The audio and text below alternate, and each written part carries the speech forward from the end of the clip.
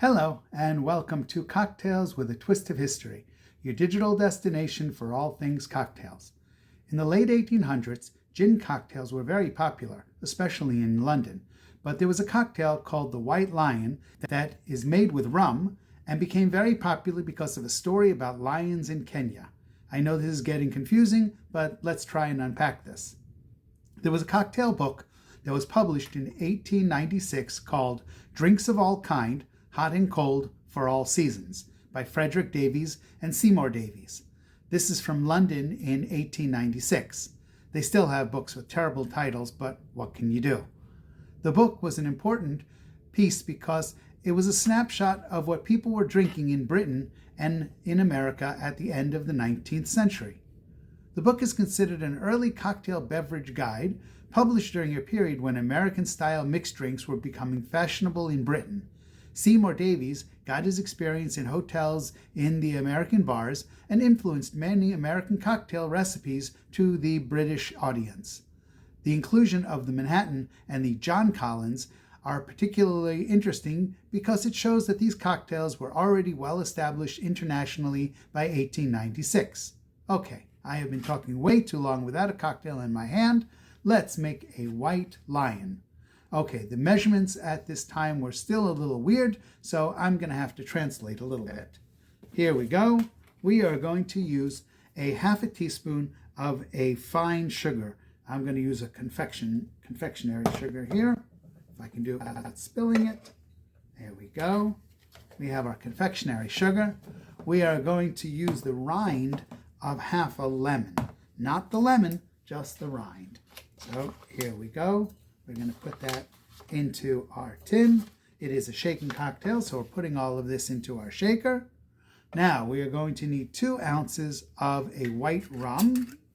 Let's use our rum. Here we go. Oh, a little bit of a spill there. And we are going to use a half ounce of a curacao. I have that right here.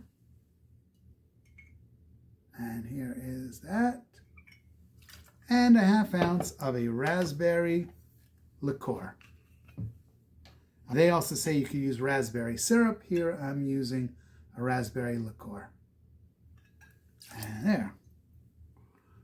Now we are going to put in our ice and we are going to shake.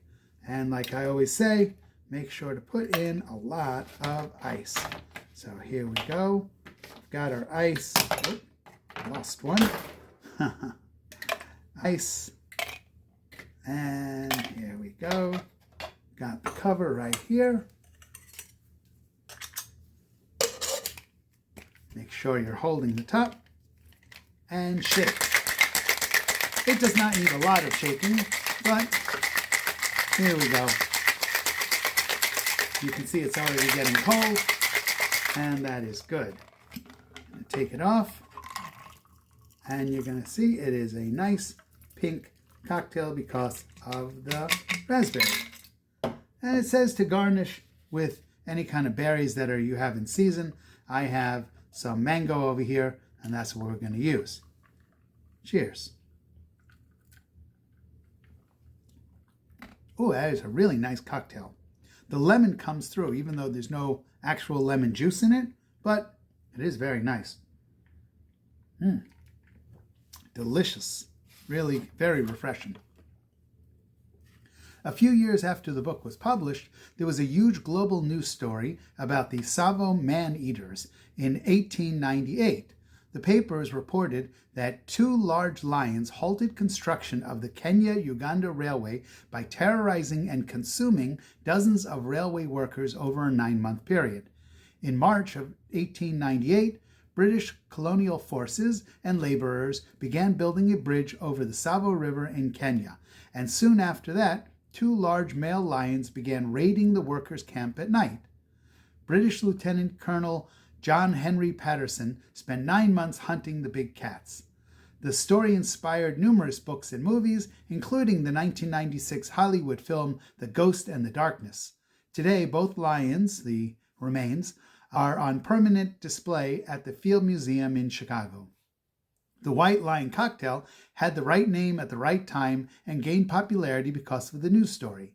As for the cocktail itself, on further research, I found that it's really just the Knickerbocker from Jerry Thomas from the book called The Bartender's Guide, a complete cyclopedia of plain and fancy drinks from 1882.